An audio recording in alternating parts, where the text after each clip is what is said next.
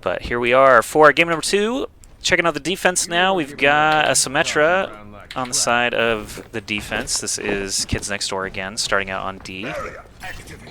Also, second support is just going to be Esper on that Mercy. He is the Mercy main that we know and love. Fire starting out with the Reaper this time around. Pharaoh on Roadhog. He was playing Pharah earlier, so wide hero kit for him. And Marissa on that McCree for defense was using Genji on offense.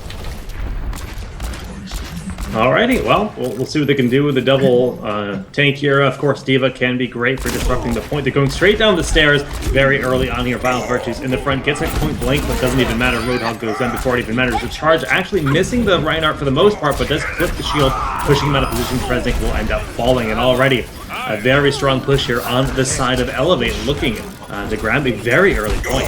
Yeah, I'm watching Marissa starting out. Immediate great kills there on Dogman. The enemy McCree is something that I think Marissa will need to kind of be responsible for. I'm watching, I don't know, Fire on the defense is way too far away. Watching Baki get the kill on Graham there right at the end. There is a teleporter available at no time to actually place it. Yeah, so the Symmetra didn't end up panning out. Graham very likely will end up swapping his heroes, yes, going straight to Lucio as they're getting ready to defend the payload. Offense sticking to their composition. No, just they say that Baki goes from Reaper to Roadhog. Yeah, I was watching him sitting in the spawn. I was very curious if he was going to go for Pharah, but actually the third tank is going to be their decision. I mean, do you think that the hook to try to deal with the lateral positioning will be enough? Sometimes it can be. Reaper's going to be up in their face. Reinhardt's going to have his shield up, so I don't know. It's kind of tough to tell early on that if the Roadhog is going to be a value pick or not, but he doesn't know what the defense is going to look like. That's the only reason I say that. What happened there?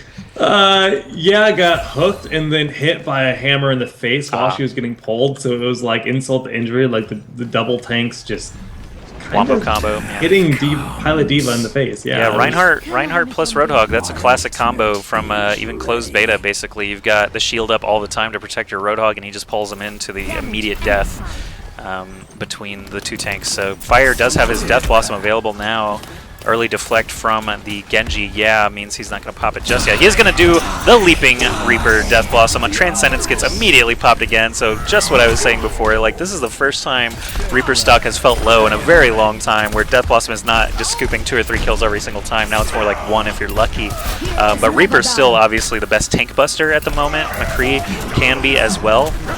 But Fan the Hammer down from 420 to 240 damage, you know, is still makes Reaper the best option there. Alrighty, well, a decent push in here so far from eLevate. They're getting the payload on forward. 3 members down here for the defense. And with Roadhog following their Wiz actually with the kind of unnecessary sound barrier, but they'll get the payload push regardless. Yeah, sometimes you get that panic ult. It's not the worst thing in the world. He'll get another one eventually. But, I mean, it does obviously hurt them on the next encounter when the defense is going to be flooding out here. They almost have a sound barrier of their own if Graham can actually get some damage in. They're, you know, thinking about their route of entry here. Yeah, pops his Dragon Blade. Watching him now slice through... Oh, sorry, yeah, it slices through Graham and Kresnik, now deflecting Reaper shots enough to stay alive through Fire's shotguns, but they are going to secure that checkpoint. So that is eLevate actually setting a pretty good time there for the second checkpoint, about 5 minutes and 40 seconds left for them to push this last stretch on Hollywood. All right, yeah, and Baki actually up on the bridge, just kind of waiting, trying to get position on their opponents, who are just waiting patiently below them. So they're just kind of trying to get something cheeky done here. It looks like Pharah will be coming up and around, but does realize this is happening. Well, Reaper's stomping all around. Yeah, he's crouch walking, and Reaper's just like, doop, doop, doop, I'm here, guys, come fight me. But maybe that was intentional. Maybe it was a bait, so they could 2v1 a Pharah, but Pharah backed off. Did not take that bait.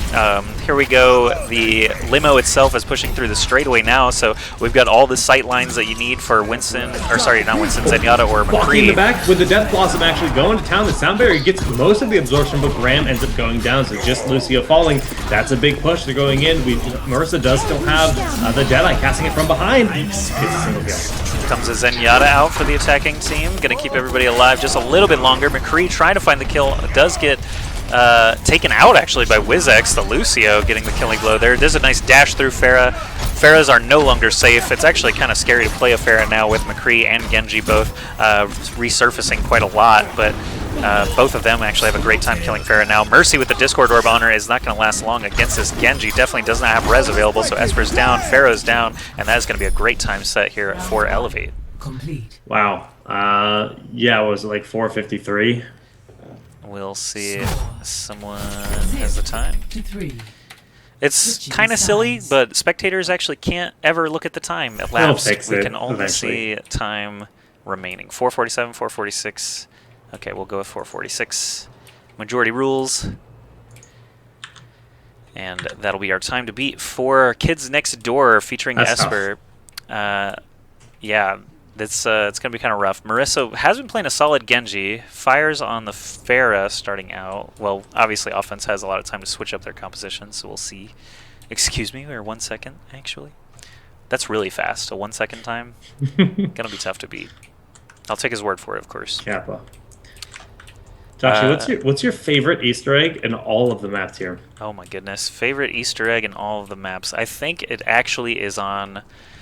As much as I hate the map, it does have a pretty fun Easter egg. Hanamura has the Murloc that you can shoot, and it makes Murloc sounds. Oh, it's the best one. The ramen chop, yeah. Easily the best one. Like what else compares? I mean, the movie posters are pretty cool. Yeah, I actually think that's probably my favorite one too. There's nothing else that's like interactive. Like even this Hearthstone game, they're not playing.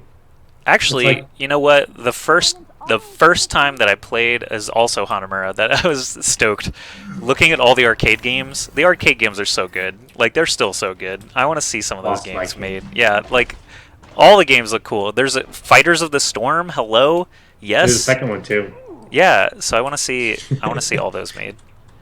That would actually be my calling. I'd be all over that, man. Alrighty, though. Here we go with the offense. Marissa is on the Genji. And we're going to see if Kids Next Door can break through and set themselves a time faster than that for 4:46. That's rough. eLevate can actually hold point A for 4 minutes. Like that's not a ton of time. So watching Marissa now approaching McCree, actually finding Reaper up front there in the stairway, going to be battling him down with Reinhardt in tow, but looks like the offense did lose 2 of their attackers in progress. Graham and Fire both went down pretty early. Marissa down now. Esper down as well. Reinhardt off on his own. Pharaoh and he need to just get out of town while their teammates come back. Actually, McCree being a bit bold, a bit brazen here. Pharaoh going to grab that health pack while crouch walking, but will he go rejoin his team or will he stay back there? It looks like he's going to stay and wait for the flinkaroonie.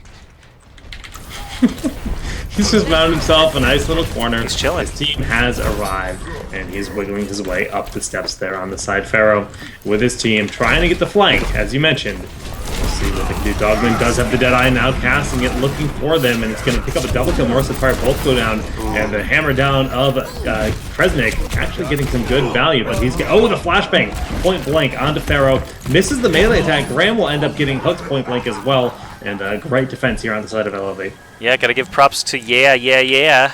He got 3 kills during that quick exchange. I was watching that McCree, the sneaky McCree, Pharaoh, but of course he did get flash and fanned by Dogman, but he got a couple of kills on his way in. Zenyatta was taken out, but it was really the Reaper and the Roadhog dishing out that damage on the point that managed to let them hold on to it. So a minute 40 already burned off the clock. Time is not on the side of Kids Next Door. eLevate doing a good job on defense so far. We see Kresnik here on D.Va getting picked out of her suit very quickly. Fire on that Pharah. Again, I gotta say, Pharah's in a rough spot right now, but here we go. They're going to continue to use her.